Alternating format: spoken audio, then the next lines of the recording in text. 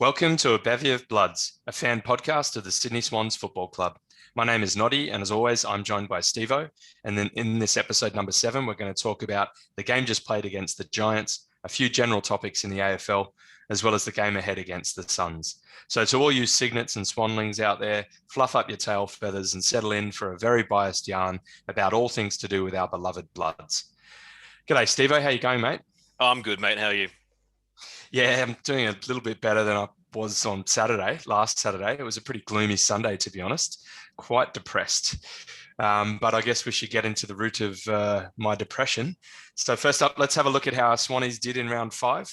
On Saturday, the 17th of April, in front of 33,500 people, the third place Swans came up against the 15th place Giants in Derby XX, the 20th time the two Sydney-based clubs have played each other.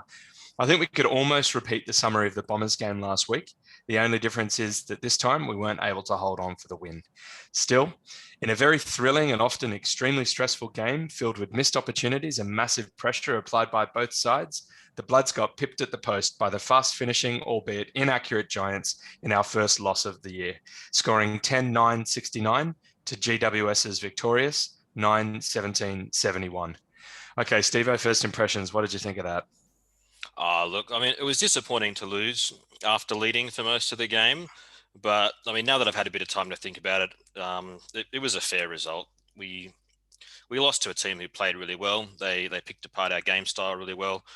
And I guess we lost by 2 points, which isn't the worst margin in the world. It's disappointing. But I think, I was talking to my brother after the game, actually, and his summary of it was that we were unlucky to lose but didn't deserve to win, and I think that pretty much sums it up. Yeah, and ultimately their good players, I think, were better than our good players on the day.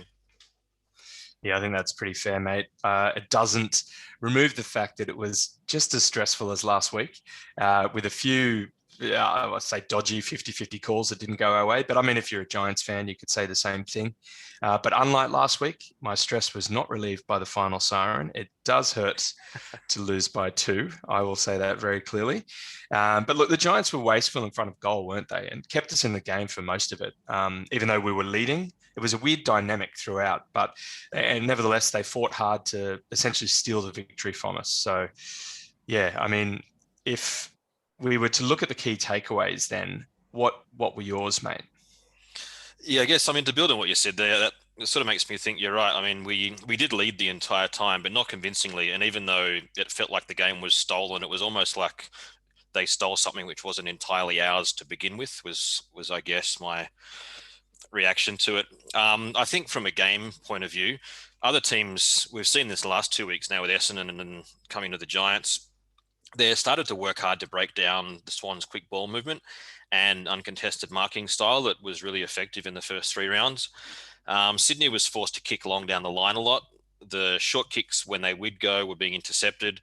And perhaps the SCG is a bit easier to defend as well, which isn't helping us. Well, I guess we'll see how we go on the bigger field this weekend. But and then I guess the other thing for me was that the big boost we've been getting from the younger guys in the first couple of weeks has dropped off a bit.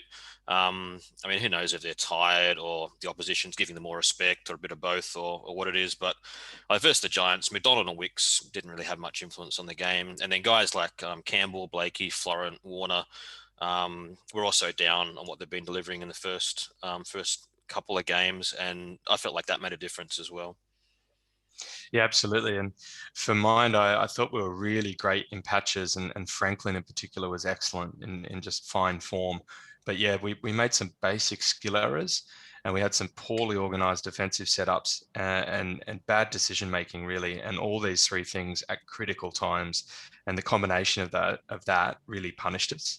Yeah, we led at the end of every quarter that Tom Hickey played in. The only one we lost is when he went off in the 4th, and obviously forced us to make a few structural changes with Reid into the ruck. But Reid did really, really well again. And that's been 2 weeks in a row that he's really stood up. But putting him in the middle affected what we could do around the ground, up front and even up back. So, and that sort of shift there really we can clearly see, like, I'll do the quarter by quarter breakdown right now. So we won the first quarter 3-1. We won the second quarter 3-2. It was a draw in the third, 2 goals apiece. Actually, it was 2-4, 2-4. And then the fourth quarter, we lost 2-4, or more specifically, 2-1 behind to 4-6 behind. So although we were leading throughout, we led end of first quarter by 11, second quarter by 15, held on to that margin by 15 at the end of third. We ended up losing the fourth quarter by 17 points. And that was the eventual 2-point margin that GWS was victorious by. So it really was a game of 3 quarters and a quarter, but the total effect was that the Giants really probably deserved to beat us by maybe 5 or 6 goals. But the other thing I'll say here was the only second game of the 20 Sydney derbies that was decided by a single-digit margin. The other one being in 2019, round 20, where GWS won by 2, 83-81. All other games, except for these 2 games, have been double-digit margins. So it just shows you that it was a very, very close game.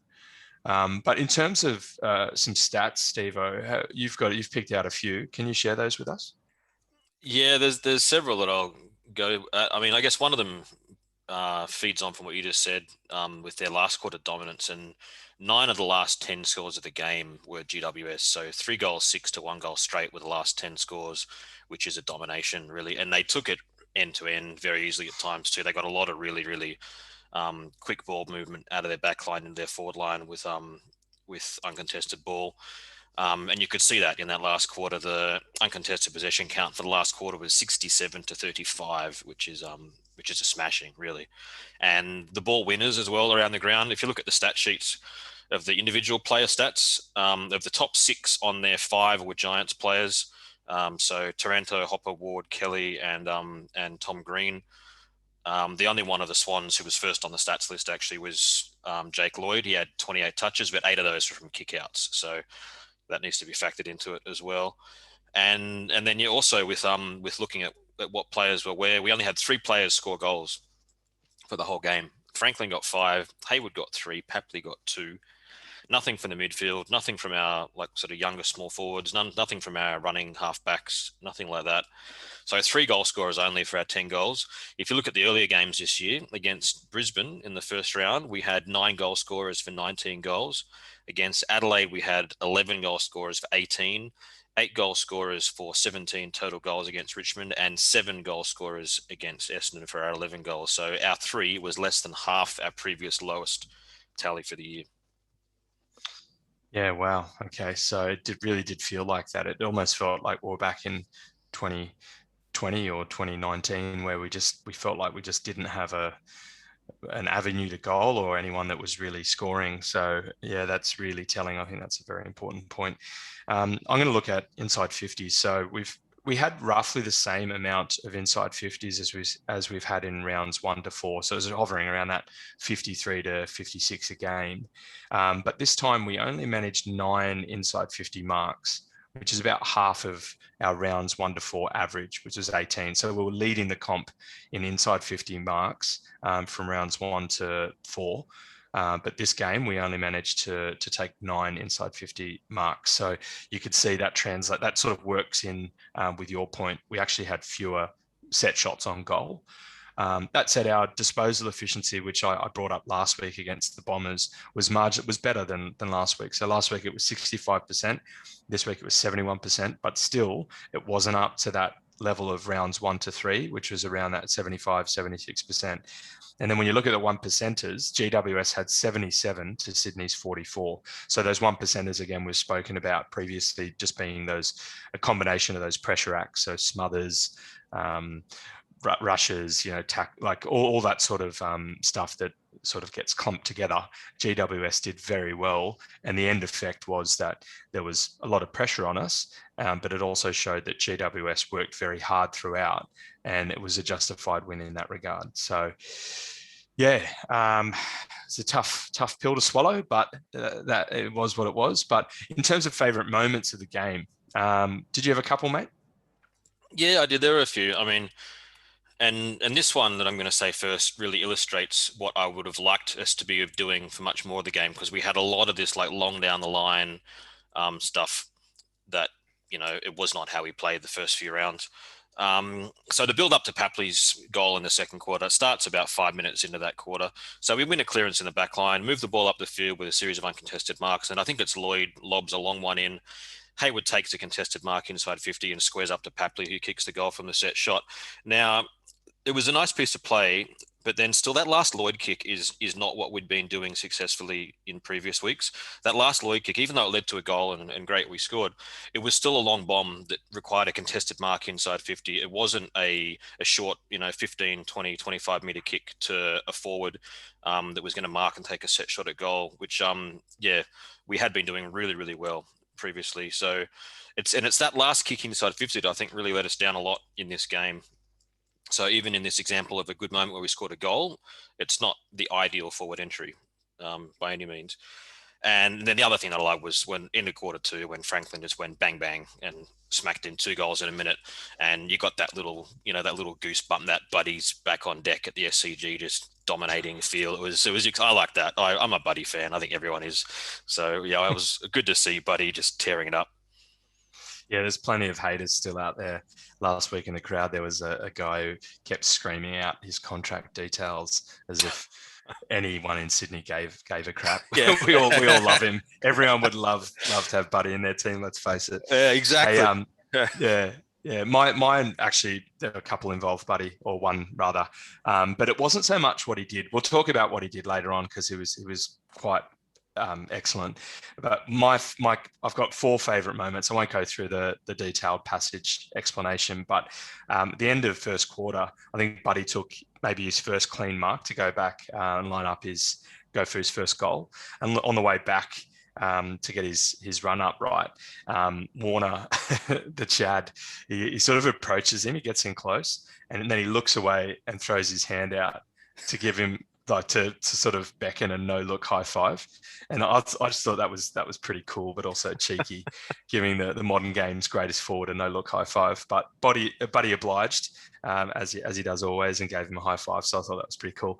The other thing at the end, even after that, actually, in that first quarter, was Tom Hickey's beautiful lace out kick to Tom Papley.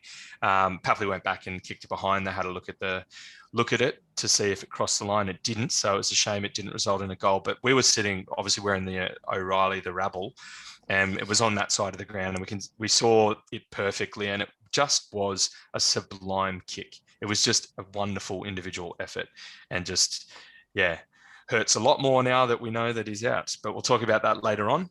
The other 2 moments, I'm just going to call out Will Hayward, who obviously came in effectively for Heaney, and who had a fantastic game, and we'll talk about him as well. But 2 things that he did, that he took a fantastic contested mark in the second quarter where it just stuck to his hands. And then the other thing he did was in that third quarter with that freak kick out of the air check side goal.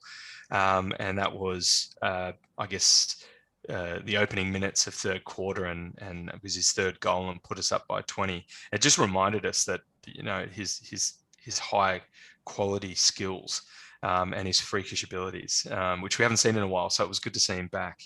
But just very quickly now, we're going to do a new little section called What If? And we haven't had to do it to date because we haven't had a loss. But this section talks about a few little moments where if things had gone our way or the other way, it may have been a different story. And I'm just going to kick us off here, Stevo. Buddy's unpaid mark in the third quarter, timestamp 11:12. Oh man, that one hurt. That should have been a mark. The way that he was kicking, he kicked 5 straight. That would have been a definite goal. I don't know. You've seen it. What do you think? Yeah, I honestly hadn't really noticed it live, but then when you showed me the replay, I looked at it, I thought, yeah, it looks like a mark. And I'm more of the approach where I think when we lose by 2 points, there's probably 1,000 moments, and you had at least a dozen that you wanted to go through, I think. So yeah, you've asked me to limit it to 2 or 3, and I'm trying my best here. But so with that in mind, I'll go on to my second one. And this is the section. Okay, this is the play that precedes the eventual Kelly goal. Okay, so this is probably the one that's most worth looking at. It involved Buddy, so we can't be too critical, obviously, because he's a genius. But he took a mark. He ran out of the inside, our attacking 50 to take a mark, probably about 65 meters out towards the wing, and he assessed his options. And he had Josh Kennedy open, I guess, just to the left of him, like kind of in straight in front of him, inside 50. And Buddy's got an awesome kick. We all know this. And I just wondered if he'd gone to Joey, Joey could have killed 30 seconds of the clock. This is like 2 minutes to go, right? 2 minutes and 30 roughly. So you take 30 seconds off the clock. You have a shot on goal. You either kick out on a full, get it behind, or get a goal. And obviously, if you kick it behind, it gives them a chance to kick in and go long. So they may have ended up with that stoppage down in our goal square anyway. But yeah, it was one of these moments that you wish you had back, because after that, basically GWS caught it, they cleared it. After a few passages of play, they cleared it.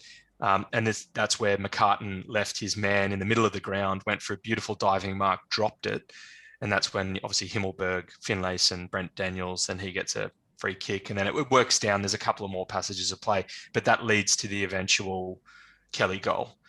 Now, we've had a fair bit of offline conversation about this, where we're sending very detailed screenshots with a lot of, pens and numbers and who was on who and where the free zone was. But yeah, did you want to say anything there before I move on to the things that happened in the last minute of the game that could have won us the game? No, that was it, I think. That last stoppage was a mess. That's the best way to describe it. It wasn't well set up. And it's something they'll look at in the match review and they'll talk about, I'm sure. But, it happened, and there was plenty of chances for us to win the game too. So, yeah, and let's have a look at a few of those very quickly. After that Kelly goal, we worked our way down. We got like a minute on the clock at around 47 seconds. Parker does this beautiful snap-on goal that is caught by Haynes, and McInerney pushed him, so it's a free kick. But if that had been 20 centimeters more, that's a goal and we win the game. But wasn't to be. Anyway, we still fought hard. With 23 seconds to go, we had Jordan Dawson lining up on the 50. I guess they're in front of the concourse, or somewhere between the Churchill and the Barwongal. And this is a guy who's golden peg, right? He's one of our best kickers in the team. I would have backed him in for a shot on goal there, Stevo. Surely, right? Yeah, I thought watching it that he was going to have a shot, but yeah, I guess maybe there are team rules on who can take shots. Who knows? I don't know why he didn't, but he could have had a crack. Again, could have been a goal, could have been a behind, could have been out on the full, and it would have been a similar result. And then of course there was McCartan's, after the siren, 70-meter potential miracle goal. That I know, looking back at the replay, it's a complete impossibility, but at the game, we're all holding our breath going, can he kick 80 meters? No. Maybe he can. No, he can't, which was, it was too much to expect from him. And then obviously that was it. So that's how they won by 2. But yeah, hopefully we don't have to do too many more what ifs sections, because we'd prefer to just do the favorite moments which we get from the wins. But all right, let's move on to the ABOB medal, the A Bevy of Blood best and fairest medal, where we look at the best 5 players on the ground using the 5-4-3-2-1 scoring system, with 5 points being the best. Stevo, kick us off. Number 1 for me was Buddy Franklin. Or 5 votes was Buddy Franklin. Honestly, he won the medal for best on ground. I actually thought that that Hopper I had as best on ground, I thought that he was on the whole field was the best. But still, I mean, Franklin was clearly our best player. He got 5 goals. That's half the score. He had a really strong presence. He was the only one who was really presenting big time up forward. And then Hayward was 4, Reed 3, Hickey 2, and Melican 1. Yeah, and I have Franklin 5, Hayward 4, Hickey 3, Reed 2, and Melican 1. So we had the exact same players. The only difference was that you had Reed at 3 and I had Hickey at 3, Reed at 2 and Hickey at 2 for you. So we can have an open discussion about these players, because for the first time of the year, we've chosen the same players, which I think is an interesting point, because when you're flying and there's a lot more people playing well, different people are going to see different players differently. If I can say the word different as many times as I did there. But yeah, so okay, so obviously you've spoken about Franklin. He was just in just fine touch. And was taking a lot of contested marks. He ended up taking 5, laid 4 tackles as he does. His score involvements were 7. I think he's got the highest average in the league for current players, beating Dusty for score involvement. So it just goes to show he works hard even when he's not the one scoring. But he was incredible, and obviously if he didn't kick as well as he did, it would have been a much worse result. But Will Hayward, so as we said, he came in for Heaney and just reminded everyone that he's of AFL level quality, right, Stevo? Absolutely. I mean, he's not a VFL player. He belongs in the best 18 at an AFL club, and it was good to see him, get the message at the start of the season that there are guys really pushing hard for a spot and we're going to reward them. And to his credit, he went back to the practice matches with the reserves. He fought his way back in the team and he came back in and showed exactly how good he is. He was excellent. I mean, him and Franklin for me were the 2 standouts for us. Yeah, same. All right, let's talk about Reid and Hickey. So obviously, as we mentioned, Reid stepped into Hickey's ruck position when Hickey went off with that awful knee injury. But these guys especially Reid the past couple of weeks, but Hickey since the beginning of the season, he has blown all my expectations out of the water. Like he's just playing so well. He's up there with the best, right, Stevo? Unfortunately now he's going to be out for a while, but on current form over the first 5 rounds of the season, yeah, you'd say he's in the best couple of ruckmen going around in the AFL on how he's playing for sure. Yeah, which makes the loss all the more painful for him personally, you would imagine, but also for fans who have been just so pleasantly surprised by this this acquisition in the off season, and you wonder how much of Dean Cox's influence has had this, because we've spoken about Tom Hickey before, and I was quite skeptical. I'd seen some footage, I'd watched him in games, and thought this guy's a bit of a rag doll. But he has been our best. He's been our best midfielder basically. Wasn't he? He had the most clearances basically every week. Yeah, so he's been doing really well in the clearances. Goodness, that's a big out. That's a very big out. But we'll talk about that later on in the preview for the next round. Melican, he was another in. So he came in obviously for Rampy, and he also showed a steady hand. Basically, he took 7 marks. He was intercepting well. He looked quite steady. He looked quite reliable. He had a few skill errors, but what do you make of Melican? Yeah, again, I mean, like Hayward, he's clearly well above VFL standard, and like he's an AFL level player. He's got some experience at the AFL level now. I think he was one at the start of the year that was just maybe squeezed out a bit by the way that they chose to structure their backline, with just the 2 talls, and McCartan and Rampy, I guess, got those spots. He had 10 intercepts in that game, which was the best for the Swans, which was a really good performance. And yeah, he looked settled. He looked steady. He looked like an AFL player. Really good game. Speaking of Rampy, you can't help but think, I'm just going back to the previous section, if Rampy had been there barking orders, we might have structured up a bit better, but it wasn't meant to be. Just very quickly, so Melican, I think he started the game on fire. He took an intercept mark, and we were obviously excited that he's back in the team. Our little catch cry for Melican is, if he does something well, I'll scream, "Who can?" And the rest of the group, well, those who play along, scream, "Melican." So we just finished doing that, and everyone around us was laughing. And then he kicked it out on the full or something like that. So it was that little sort of that polishing, that polished effort that he's obviously got to work on. But yeah, looked very good, and will certainly hold his spot there, surely. Okay, so if there are no further comments on that, I will move on to the AFL Fantasy update. Obviously, we've got an AFL Fantasy team called A Bevy of Bloods, consisting solely of current Swans. I will put a little caveat there on the word solely, because we are starting to sneak in a few ex-Swans because of these injuries that are happening at the moment.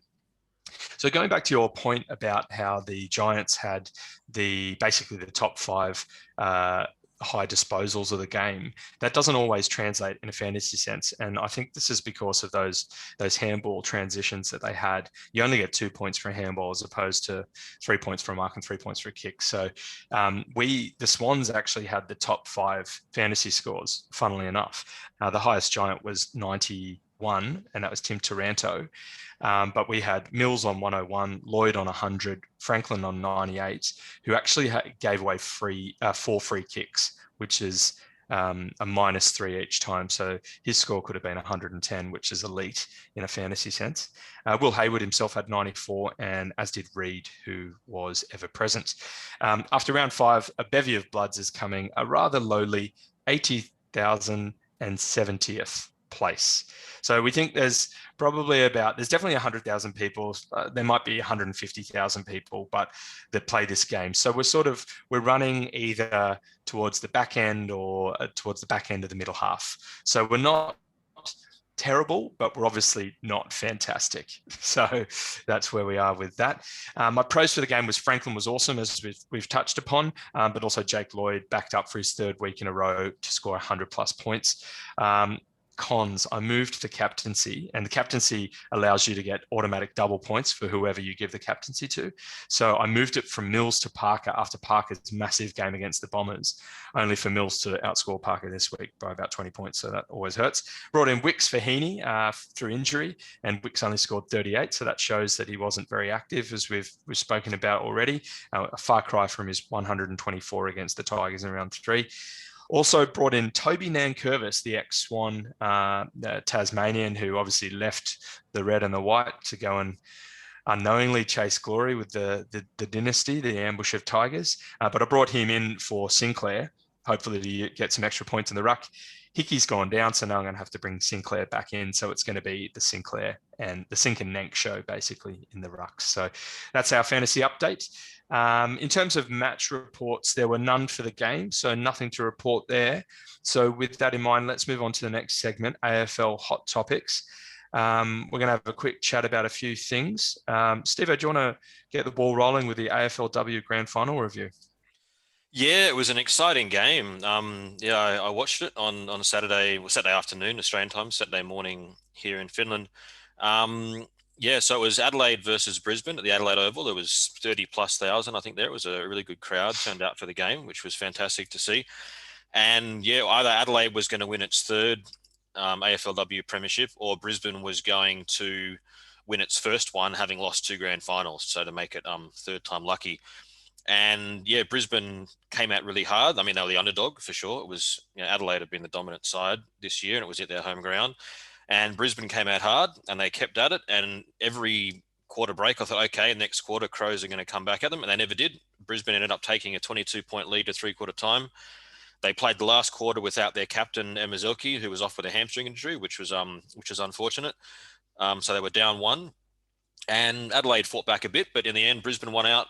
18-point victors, 3 goals to get their first flag in 3 hits. And they were stoked. It was really good. They just looked incredibly excited, the playing group. It was really nice to see. And best on ground was Katie Lutkins. She played really, really well. And Ali Anderson, who we talked about last week, who was coming into her 10th grand final and was currently sitting 0-9 wins and losses. So Ali Anderson also played a really good game in her first premiership out of 10 attempts, which was fantastic. I was really happy She got over the line, did she? That's fantastic. It's always good to hear. Yeah, and she had a good game too. She was a big part of getting the result, which was fantastic. So that's a wrap for the AFLW season now. And just generally, like, about the season, I think it's really important that that women's football grows, I think, and that we support it. Just personally, I think in the 25 or so years that I've been around football clubs as a player and coach and stuff, I see women's football as the most positive development, just because of the total shift in dynamic around the sport that it brings and the new people that it brings into the game, which I think is really, really positive. And if you'll indulge me, a quick little story. I will, Steve. You will. Thank you. Yeah, because you didn't have any fan encounters from the SCG game. So I guess we can replace it this week with this one. So I like it. The human element. yeah, that's right. So this is so I was lucky enough. I mean, I'm as we've talked about before. I'm involved with the football in Finland, coaching the Dockers team here, the Turku Dockers, and also the Finnish national side, along with a mate of mine, Wyatt. We both do the coaching. He's a Crows fan, but that's all right. And 2 years ago, 2019, I was at in Sweden with the Finnish men's team at the European Cup there. And Nicola Barr from the Giants, she's one of the players from the GWS Giants. She was there doing some development work that she's been around for the summer, going around to various clubs and helping with developing women's football and stuff. And I got a chance to have a good chat to her. And what I really loved about her approach to football was just this real excitement and love for the game. And everything she was doing was about a passionate love for the sport. The way she talked about, appreciating the opportunity to get to play at the top level, because, even 5-10 years ago, that didn't exist for girls. That pathway existing. All these players are semi-pro, so they work a job full time. They train in the morning at the gym. They train in the evening at the field. So it's all about the love of the game, which I thought was fantastic. So I just wanted to share that, and I think it's something which we should always remember about footy. That's why we do it, because we love it. Yeah, no, she's quite remarkable, and I know there's many other women like her in the same situation. Have we spoken about when the Swans are getting an AFLW team, Steve? Yeah, it's all a bit up in the air. I mean, there's talk of some teams coming in, probably not next year, but the year after. The problem is they've got 14 teams in there now, so the remaining sides, which is Sydney, Port, Essendon, and Hawthorn, they want to get teams in there. But it's a matter of when is too early to expand the league. Some are even saying that 14 at the moment is too many, that maybe 10 or 12 would be a better number at the moment. So it's that balance. It doesn't look like anything is going to come in for next year. So maybe 2023 could be a chance. Okay. Well, I certainly look forward to it, because I just can't wait for another Swans team to barrack for. And talking about another Swans team to barrack for, obviously the VFL got underway last weekend, and our Swannies had first hit out against the local rivals, the GWS Giants, on Tramway Oval, aka Lakeside Oval, aka choose a name. Yeah, yeah, the training field across the road from the SCG on dry. Exactly. So we both saw parts of that. What did you make of the game, just quickly? Yeah, I saw it on. They had like on the Watch AFL, like the international subscription thing. All of the VFL games that get broadcast through Kayo and Fox and stuff get put onto there, so I got to see it. I thought they did pretty well. I thought the Swans were the better team throughout. I mean, they were more skilled. They moved the ball better. The Giants pushed them though. That wasn't an easy victory, and it was nice actually to see some of the younger guys that we don't really see ever in the seniors. So yeah, two in particular, Shather and Carruthers. It was really nice to see both of them getting an extended run, and McCartan, like Paddy McCartan, the older brother of Tom McCartan, get to see him play a game, which was nice too. And in terms of our frontline players, we had guys like Rowbottom, Brand, McLean, Sinclair, Lewis Taylor. Like, these guys all played very well. You could say James Bell and Ryan Clark also fought hard. I think Colin O'Riordan had a bit of a run back there, and Barry O'Connor, who we're all keen to see how he goes, seemed to have a fairly solid game. So yeah, it was awesome to be able to actually to watch the game. I'll just quickly, Steve. I think it's KO, as in like a knockout KO. How is it spelled? KAYO? Yeah, I know you're saying it's KO, but that's just, I think that's you having been abroad for so long. Is this another Gary Rohan problem? This is Gary Rohan. Sam Naismith.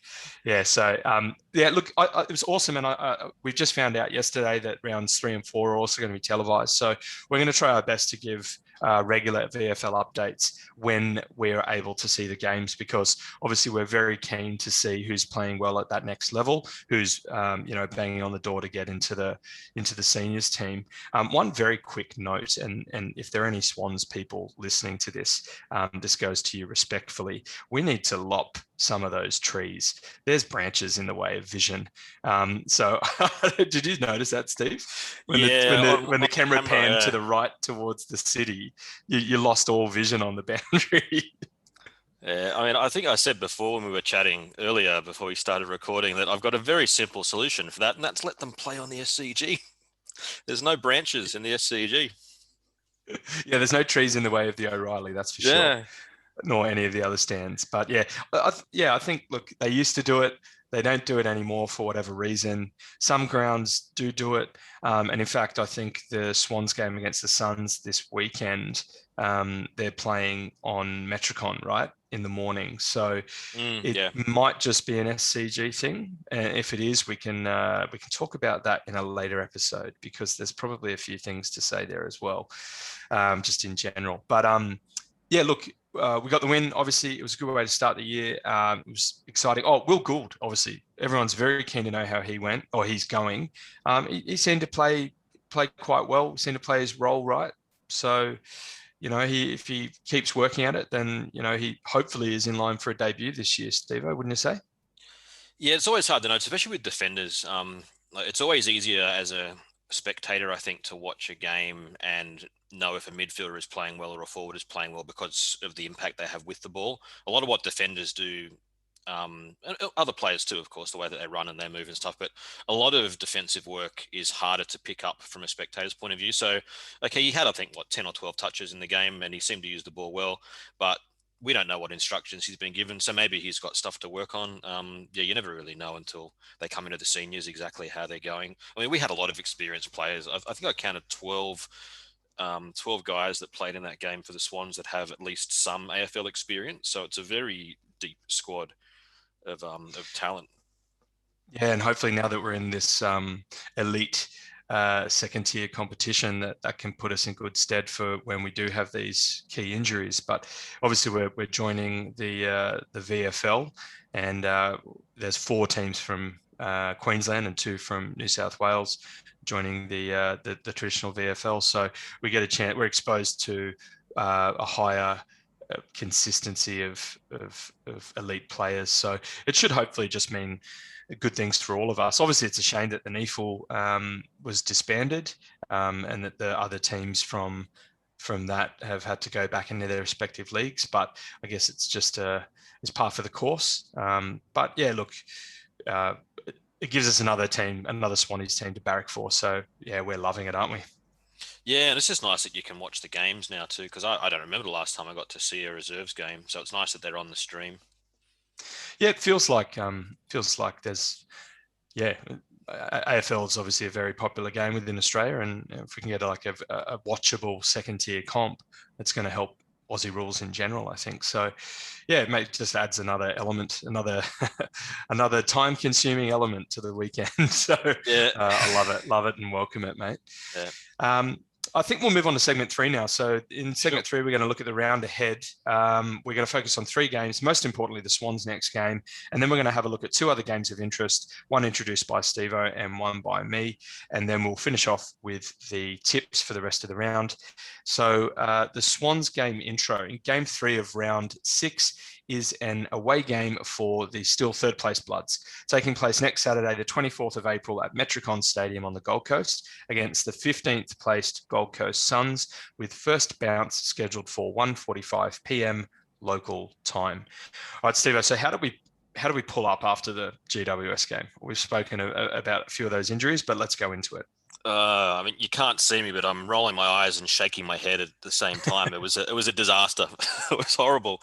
We lost Hickey, we lost Franklin. We've still not got Rampy and Heaney. Fox is injured and it's a mess. So not well. Yeah, so obviously Hickey got a PCL, which is the ruckman's injury, where in that jumping contest, one ruckman will put his, like, basically not deliberately, but it's just what happens, a knee into the outside of the opposing ruckman's knee, and that hits that PCL, and I think they're saying 6 to 8 weeks, maybe longer depending on severity, but that is a significant out given. Everything we've spoken about Tom Hickey, the way that he's played this year, and just what he's provided us in the midfield. So that is a crushing blow for him and the Swans. Franklin, and I'm quite surprised that he actually was able to play on, because it happened in the 3rd quarter. He had I guess a contest with Connor Iden was backing into the contest, and basically, yeah, this was quite awful. I don't know if you managed to see it, but it sort of jarred sort of Connor Iden sort of made contact with Buddy's, I guess, high shin, and it's sort you could see the knee sort of jar, and I think it ended up was bone bruising somewhere between the knee and the shin, but yeah, it looked very painful. He did very well to play on. They've said that an injury like that will be 3 to 4 weeks, but I think Buddy said, yeah, give me 2, I'll be right, mate. So classic Buddy. But yeah, look, massive outs. When we were sort of balancing the loss of Rampy and Heaney, now to have lost Hickey and Franklin, that's going to be very challenging for us, right? Yep. I mean, we're not losing our fringe players, are we? It's not the blokes who are in the sort of 14 to 24 space on the weekend consideration. It's the blokes who are, first names on the whiteboard. So it'll hurt for sure. I think. Yeah, I mean, we're talking about who might come in. I guess the obvious two for those two would be to bring in a ruck and bring in a tall marking forward. So it would be Sinclair and McLean. But then we've also got Rowbottom, who's firing fit and keen to play, and played in the reserves on the weekend and looked fine. So he's another one. And so then someone, if he's going to come in, someone's got to come out. Yeah. So look, I think the Swans have already gone on record saying that Rowbottom is in because they just love what he brings, and we all know what he can bring. He's an AFL player for sure, so if he's fit, he deserves to be picked. And we've spoken about over the past couple of weeks, Blakey being a little bit, or seemingly out of form. Wicks has had a quiet past 2 games, and Logan McDonald, who's had a ripping start to the year for a key position player, right? As an 18-year-old has done extremely well, but we were saying last week that he might look a little bit mentally tired, but given that Franklin's out, he probably holds, right? Because we need someone to become that first tall, especially if Reed is going to chop in and out of the ruck as he did last week. So Logan McDonald surely holds, right? Yeah, and it could be a good experience because if Franklin was playing, my concern, well, it's not a concern, it's just like a reality, really. When Franklin is playing, he's the guy, he's the target, and so someone like McDonald, who eventually you're grooming to become a dominant main target forward, is going to have to play a secondary or a tertiary role like he did to Hayward and Franklin on the weekend. And so then you think, okay, is this good for the development, or do we want to put them in the reserves for a couple of weeks and get them to clunk a bunch of marks and be the main man? Up against Gold Coast, I mean, it's a team full of young players, so not dramatically older than him in many cases. So maybe it's a good opportunity for him to be that target up at Metricon.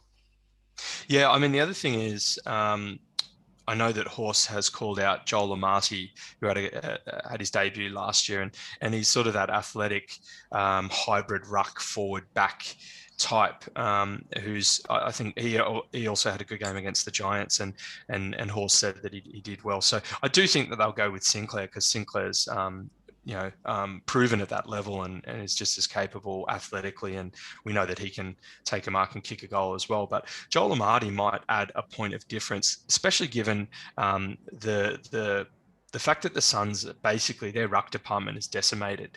So their captain and key ruck, who's a fantastic player, Jared Witts, he did his ACL, so he's out for the season. And Zach Smith, their backup ruck, is still out recovering with a knee injury himself, is a couple of weeks away.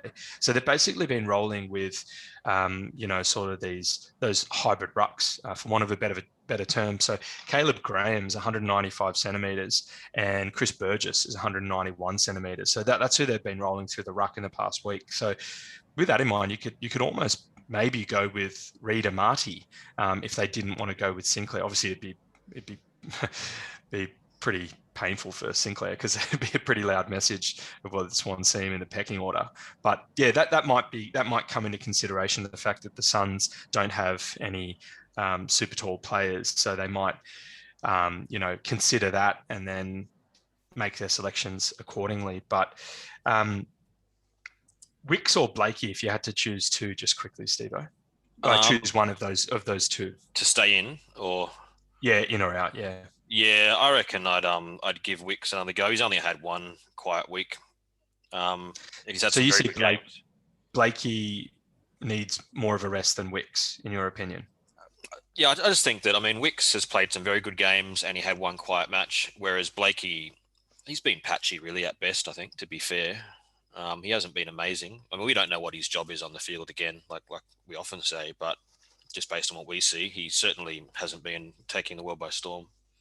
Yeah, and every week I'm perusing the Swans app and checking out the gallery of photos from the last training session before the game to try and figure out who is in that starting team with the red bibs and the green bibs. And look, you say that there's no truth to it because you have no idea when they've taken the photos. It could have just been a training drill, but I'm Yeah. always like, there's a message there, Stevo. We've got to break it down. And if you follow my logic, and you're very kind if you do, both Blakey and Campbell were in green bibs, so he's one that may have a rest this week as well. But that said, I think Blakey had been in green bibs the past couple of weeks, and he's obviously been playing. So I think you might be right on that one, mate. The bib conspiracy. We'll keep you up to date. Exactly. All right, mate. In terms of which Swan flies high, who do we see having a good game this round? Why? Why? I've been thinking about this, and there's obvious ones and less obvious ones, and I've settled on someone we haven't talked about, actually, at least not in this context. I reckon Cal Sinclair is going to come in and he's going to dominate the ruck against these non-professional, non-full-time ruckmen. He's going to go forward and be a strong target from time to time, kick a couple of goals. I reckon Sinclair is going to have a blinder. Yeah, nice. I like that. And I know that we've spoken about him in the past, and you quite like him as a player. So that feels right to me. Yeah, and he's a soldier, really. He's done very well for us, especially with Naismith out for both of his knees. Cal was the guy, and it wasn't until Hickey came in that provided us another option. But for me, if they do go with, I mean, if they go Sinclair or Amati, even if they go Sinclair, I think Reid is going to have another game. He's in real good touch. If he gets a bit of time in the ruck, he'll just keep getting some disposals. So I reckon 20 plus disposals and 2 or 3 goals for Sammy Reid. So otherwise, Rowi's probably going to come in and cut loose, isn't he? Yeah, he kind of liked playing on the training park before the big game. I reckon he didn't enjoy that one bit. No, not at all. He's too competitive. In terms of the Suns players, who do we need to be wary of?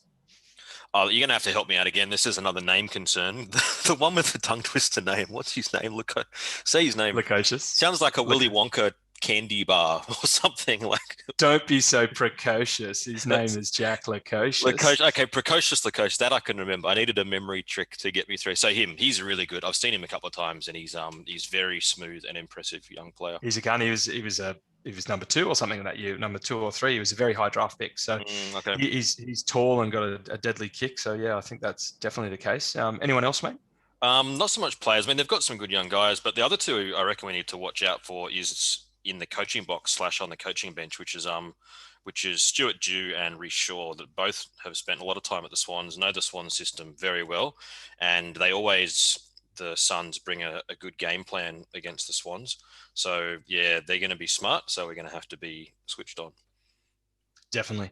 For mine, Oleg Markov, who came over from Richmond because he wasn't getting a game, has made an incredible start to the year off the halfback. Noah Anderson, obviously another high draft pick for the Suns. He just gets better and better. Obviously with Matt Rowell, the number 1 draft pick, his mate on the sidelines with that other injury. But yeah, look, he keeps to do well. He continues to do well, sorry. And Isaac Rankin, another high draft pick, is just a highlights reel, basically. So he's someone that we really got to look out for, and we'll probably have someone like Cunningham or Hewitt get on him just to keep him in check, because he can really get away from teams. What do we need to do to come away with a victory, Stevo? I think first of all, try and get our game back, rather than getting sucked into playing the game that other teams want us to play, which is what we've been doing the last couple of weeks. Is this, they've pressured us, so we've had to go long down the line a lot, and it's tough, and especially with a young team. But if we can pressure their disposal and force the turnovers like we were doing in the first few weeks, and then going inside 50, lower the eyes. You hear commentators talking about lowering the eyes all the time. What they mean is don't bomb the bloody thing. Yeah. Look low and kick it short to a target, like a lead or a loose player. So that, and then I think our best is better than their best. They're not tracking well at all. They're having a pretty tough year, the Suns. But if we don't bring our best, then they can, by all means, do a job on us. Yeah, definitely. And obviously Metricon's a little bit longer than the SCG, a little bit of extra space. So hopefully we can use that corridor, that short kicking game, bit more like we did in rounds 1 to 3, get some ascendancy in the uncontested possession, and then convert that into scoreboard pressure, hopefully with more than 3 goal kickers. So, but if we look at the form and the head-to-head over the past few years, obviously we're 4-1 with 4 wins and 1 loss, and they are 1-4. So the reverse of how we're running. We've had 4 wins in a row with that 1 loss. They've had loss, win, loss, loss, loss. We've both played a mix of teams in the 8, teams outside of the 8. So it's a bit hard to tell, who's actually in better form. You'd probably say we are, given the win-loss ratio. But when we look at head-to-head, it's quite interesting. So we look at the past 4 years, from 2017, and it really has been hard to pick. In 2017, we won by quite a margin, and then in 2018 they won, and then 2019 we won, and then in 2020 they won. And all these 4 games were played at the SCG, funnily enough.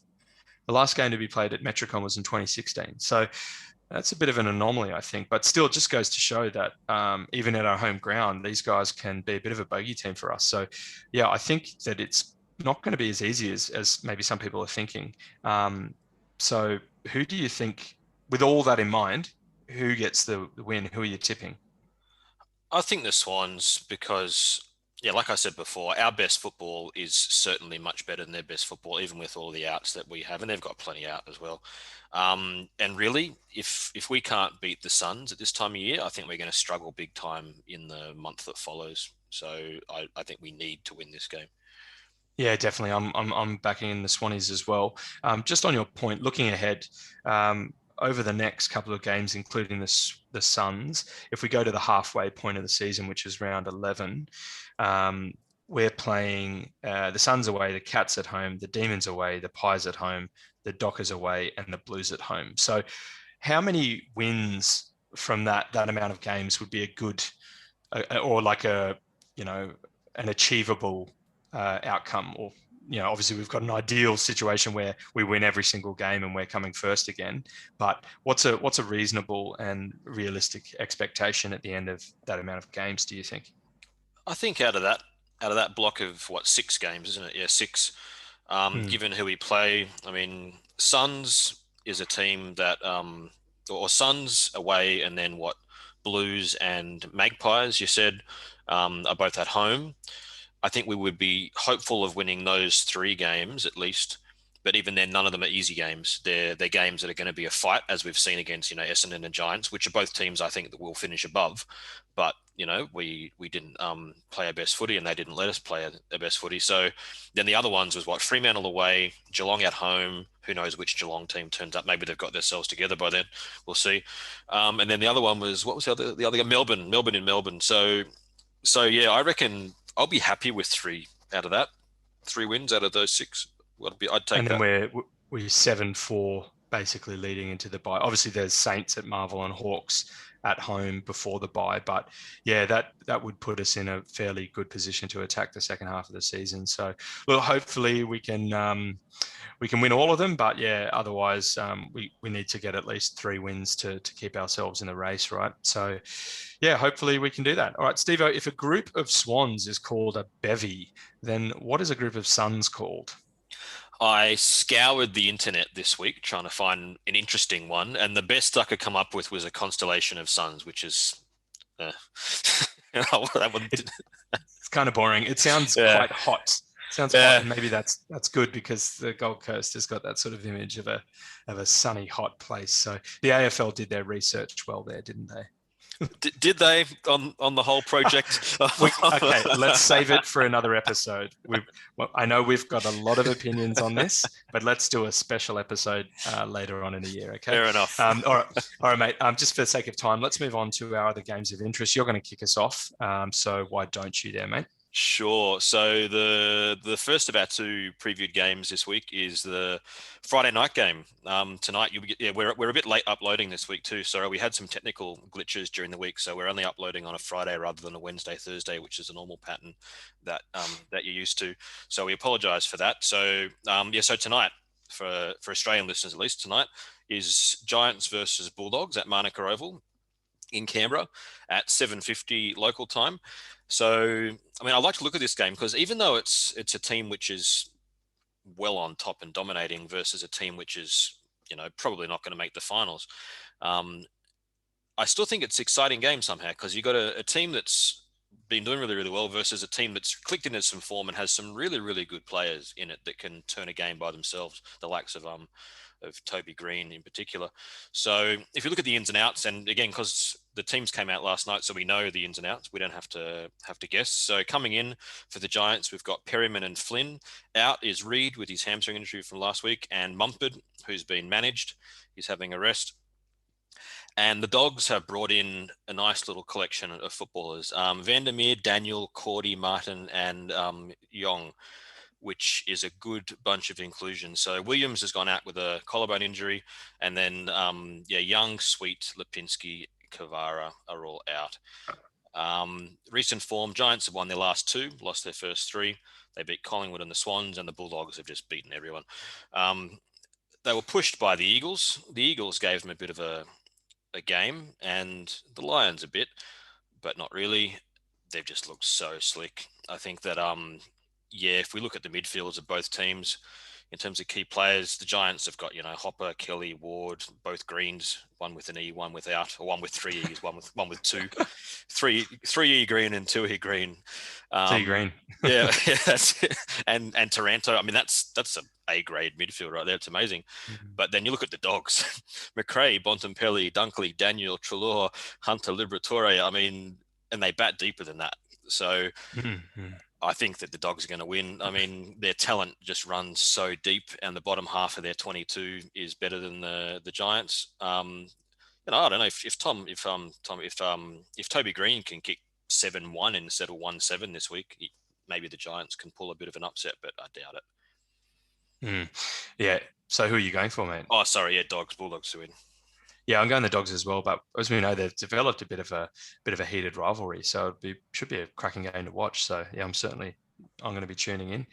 I'm going to look at second versus fifth. So Melbourne Demons versus Richmond Tigers at the MCG on Saturday night at 7:25 p.m. local time, which is an away game for the Tigers. So that must be hard on them. Round 5, neither teams had any injuries. There's plenty of competitions for spots. The D's are considering elevating Wiedemann or Ben Brown, who are both kicking very well in the VFL, potentially for Mitch Brown, who might be stiff because I think he kicked a couple himself. Bailey Fritsch and Steve May were injured they've been out for last 2 weeks with a hand and an eye respectively. So they'll probably return if they're fit for Petty and Melksham. But for the Tigers, who absolutely belted the Saints, will probably keep the same, you would think, unless Dion Prestia is fit, and he might come in, squeeze his way back in because he's one of those players. In terms of recent form, the D's are like the Dogs. They haven't lost a game. They're 5-0. The Tigers obviously started off well with a couple of wins against Carlton and Hawthorn, then lost to us. And then Port in Adelaide rather, by 2 points, which was also a great game. And then, as I said, smacked the Saints last week. So you can't help but feel that maybe the Tigers, they've clicked into gear, and this could be the turning point where they go on and just they do their thing. But in terms of the key players for both teams, you can't go past Big Maxi Gawn for the D's. He's just in fine form again. He's just such a good player. And then obviously they've got Petracca, who's stepping up. He's almost like that dusty type player who can just sort of do freakish things that no one else can. And Clayton Oliver just continues to be one of those just unbelievable midfielders. Bailey Fritsch, as I've said, and Stephen May come into my for mind as well. Richmond, obviously, Dusty. And then Toby Nankervis, who had a fantastic game against the Saints. I think he'll need to do well against Gawn if the Tigers are going to have half a crack in the middle. Obviously, we've got Lynch, Bolton, who I love, who I think is a fantastic player, and Bashar Hooley, who looks like he's back to his best. So he'll probably be dictating things off the halfback there.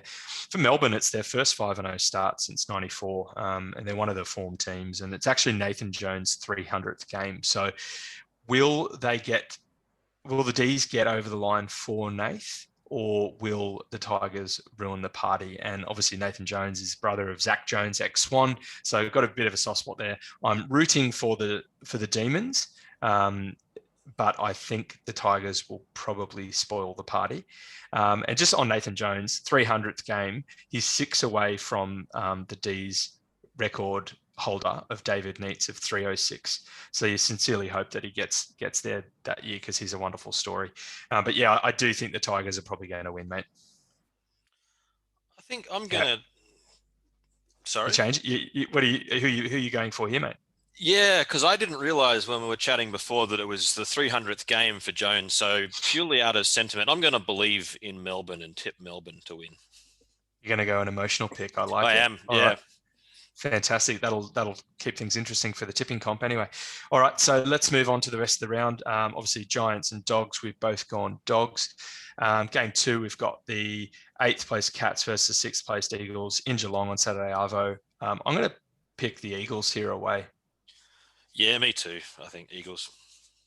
Yeah, the Cats are just a bit funny at the moment, aren't they? Game 3, 15th, Suns versus the Swans. We're both going the Swans. Game 4, we've got 11th place Blues versus 10th place Lions at Marvel on Saturday twilight. I'm going to go Lions.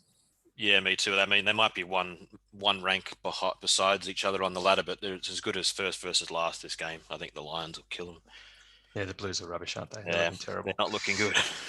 No. Game 5, second play. Oh, the Demons and the Tigers. I'm going Tigers and you are going Demons.